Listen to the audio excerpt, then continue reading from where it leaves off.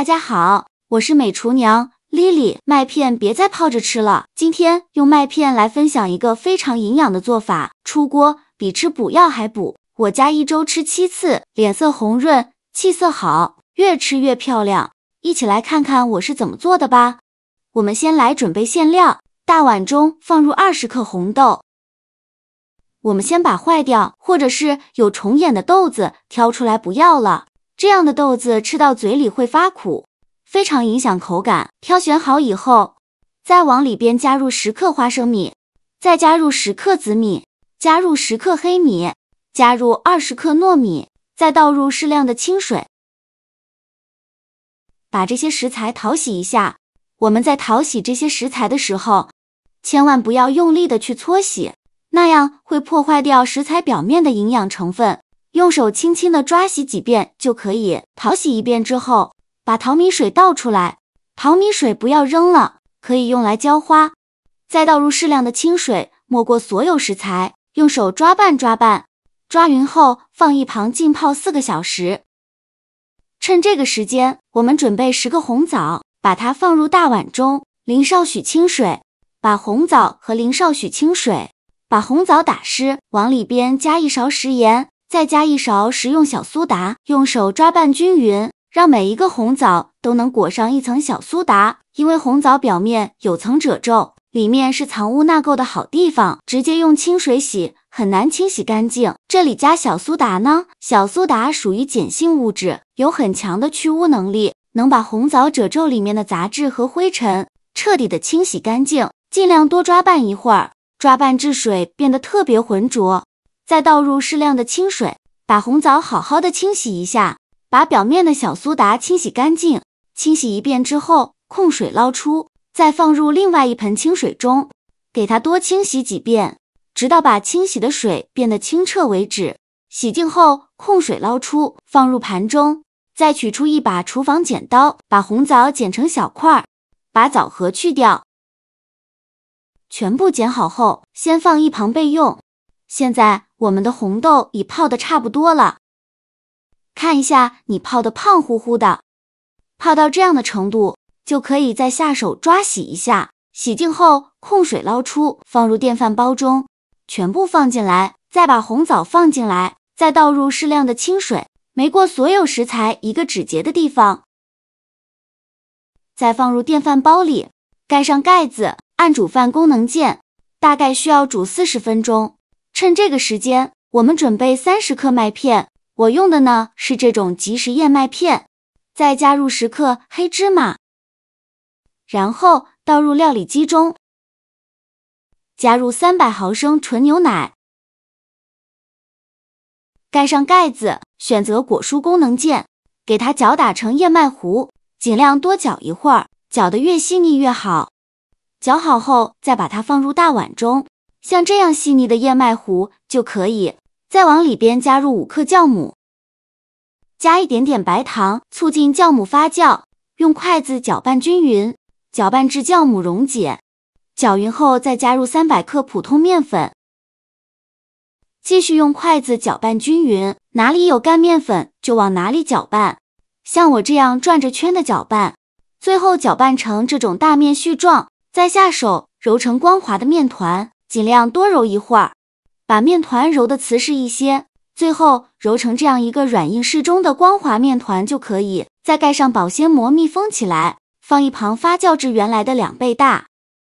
现在我们的红豆黑米煮得差不多了，我们打开盖子看一看，哇，好香啊！看一下红豆黑米都煮得软烂了，用勺子搅拌搅拌，让所有食材充分混合在一起。其实呢，到这一步就可以了，但是为了吃着更香，我们再给它炒一下。平底锅预热，放入30克黄油，没有黄油的可以用玉米油，开大火把黄油炒至融化。黄油炒融化以后，转中小火，然后放入刚煮好的黑米、紫米、红豆、花生、糯米，给它全部放进来，再加入40克白糖，喜欢吃甜的可以多放一些，用铲子翻炒均匀，让馅料和黄油完全混合在一起，全程用小火慢慢的翻炒，炒的过程中要不停的翻动，防止炒糊了，不需要炒太久，大概需要翻炒4-5分钟左右。最后翻炒成这样一个不粘锅铲也不粘锅底，能抱团的一个馅料就可以了。再把它盛出来，放入大碗中，晾至不烫手的时候，戴上一次性的手套，抓一小把馅料，大约有30克左右，一个用手捏捏，给它捏得紧实一些，再放到手心搓圆，搓成和乒乓球一样大小的小圆球，像这样就可以先放一旁备用。